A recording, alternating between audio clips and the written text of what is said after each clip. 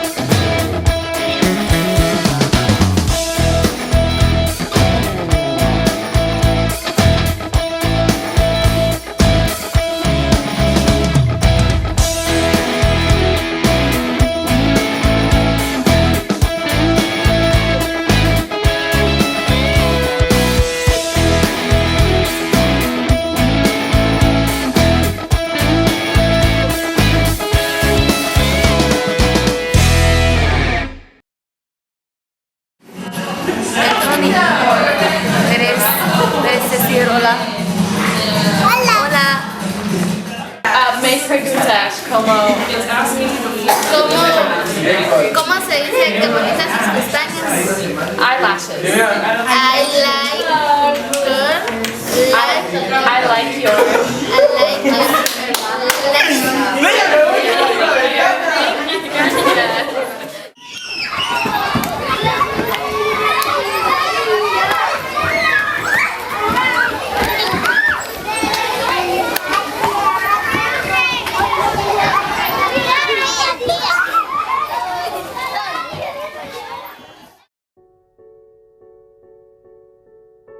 So, the second day that we had gone to the Escuelita, or the Safe Passages preschool, we were drawing house pictures and family pictures on pieces of paper. And there was this one boy that I sat next to in the lowest group that there was, the 1 to 3-year-olds. And he was drawing his mom, and he did a really good mom, and he also drew his little brother and him. And then he went back to his mom, and I asked in the limited Spanish that I could, "What are you drawing?" But he didn't answer me. He didn't look away from the picture. He just kept on drawing with this brown crayon. And he drew this bubble in the mom's hand. And I was like, okay, it's probably like a purse or something, a bag that she carries. But then he drew several bubbles in the next hand, and I realized that they were trash bags. And it really hit me how real the garbage dump is to these kids. Like, we were there as visitors, we didn't actually have to experience what they have to experience every day. And it just made me really sad that kids that young have to experience their parents going through such hardship. But it also made me happy that we were able to play with them, because even though that I know that we didn't really impact their lives as much as they impacted ours, we still managed to make them have one happy day.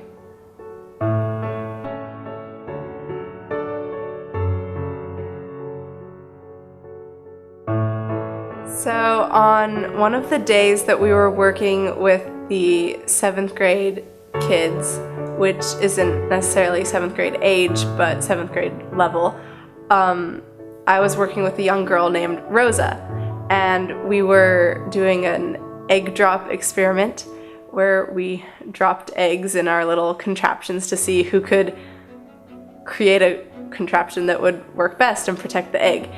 And on that day, Rosa learned the word break in English, and we taught her with the little hand movement, and she loved being able to say break to us and understanding when we were just talking to each other in English. She'd hear us say, like, oh, is the egg gonna break? And she'd go, break! And she always recognized that one word. And then a couple days later, we went back and just joking around with her, like, I was pretending like do a little tear and then made my heart break, and she goes, oh, break! Like, she stood up out of her seat and was so excited to recognize that word. And I thought that was so cool that she was getting so invested in her learning, and she was happy to have learned that one word at least.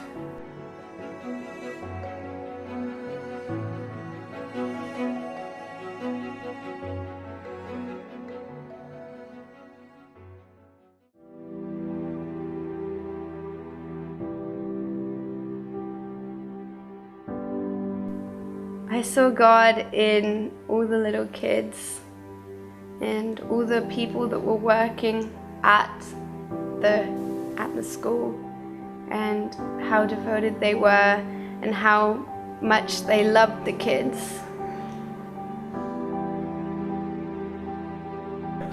I saw God in Safe Passage itself, because it takes this environment where it's very hard for these kids to be themselves and be happy, and it gives them a safe place that's isolated from the rest of the city, where they can, for at least part of the day, be a kid, be a teenager, and not have to worry about what's out there.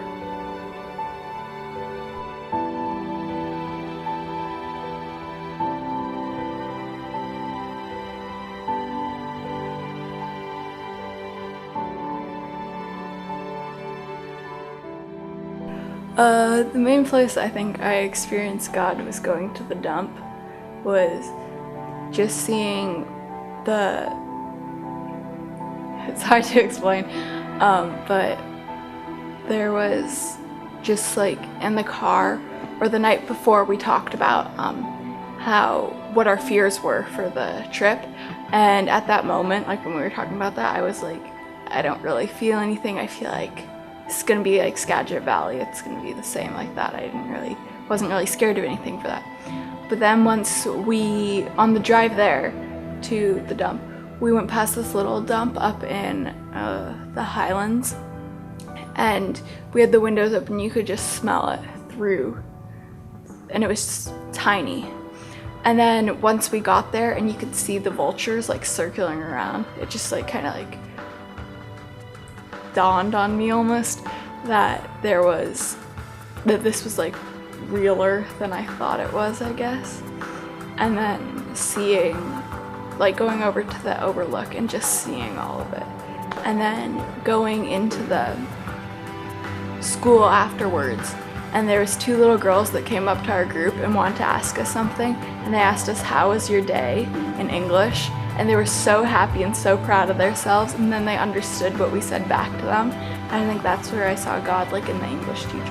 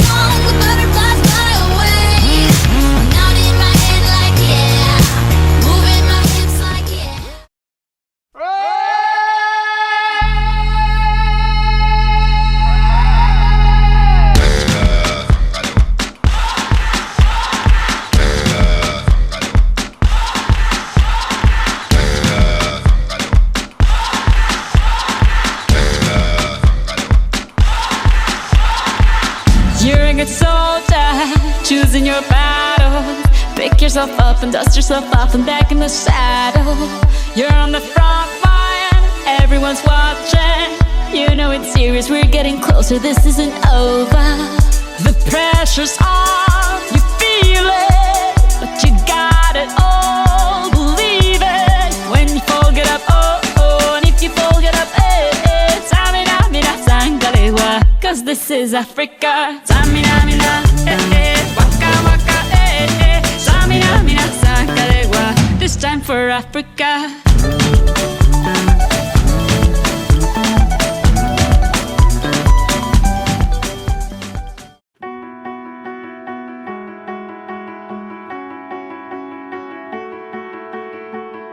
Ever since I've gotten back from Guatemala, I've become like really obsessed with Guatemala and everything that I've learned there. If I see it in the news, it's like, hey, that's my place, you know?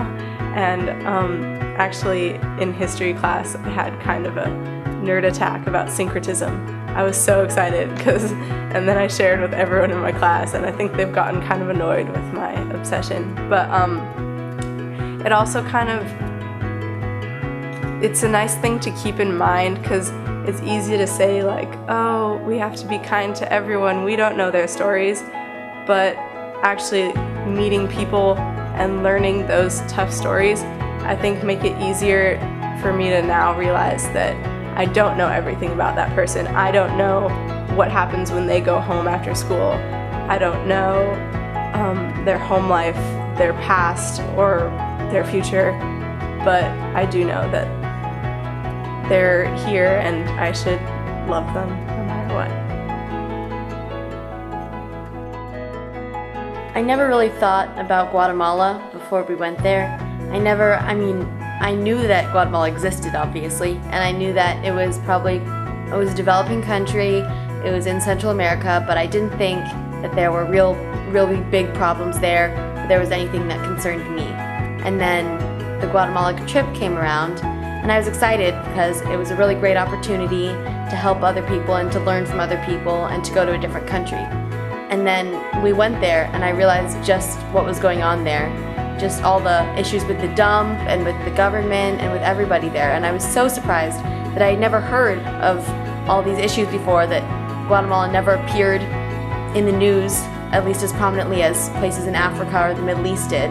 And I realized that Guatemala was a really also beautiful place, that I had never heard of it being that beautiful before. And I realized that there's probably a lot of other countries that I don't know about that have problems that I don't know about that I could impact in some way if I only knew. So it really inspired me to try and find out more about different countries and to just, be more educated on places in the world, and especially Guatemala, because it's a really interesting country. And I'm really glad that this trip happened because I got to learn so much about it, and I really hope to go back there. I think now I want to go to Guatemala as soon as I can again to maybe long-term volunteer. But in the meantime, I'm just trying to be more conscious of what I have, and I know more about the rest of the world, so I can and I know more about this culture, so I can appreciate what's happening in Guatemala more, and I can appreciate again what I have. Going in, I knew that I would be changed. I didn't really know the extent that I would be changed. However, it became very clear after not much time there that what you get in history class or what you see on the news about, there's issues, there's poverty, there's corruptness, those are, give you kind of an appreciation or make you wonder. But when you're actually in the unfiltered, untouristy version, or what life is really like down there for so many people, you come out with a much greater appreciation and understanding of what poverty actually is, and the incredible issues that come with it. And it leaves me at least really wondering, well, how can I sit here or, live here and still somehow make a change there? So I walked into the SeaTac airport already missing my phone, already wanting everything. And as I stepped off the plane from Houston to Guatemala, I was already just ready to go home. I was ready to leave. I didn't want to be here at all. But then, the day we went to Safe Passage, the very first day, I was immediately hit by how little these kids had, but also how grateful they were for everything they had, and it hit me how selfish I was, and how much I had compared to how little they had. And all the kids, just, especially at the preschool, the Escuelita, how happy they were to see us. It really makes me sad that I couldn't do more.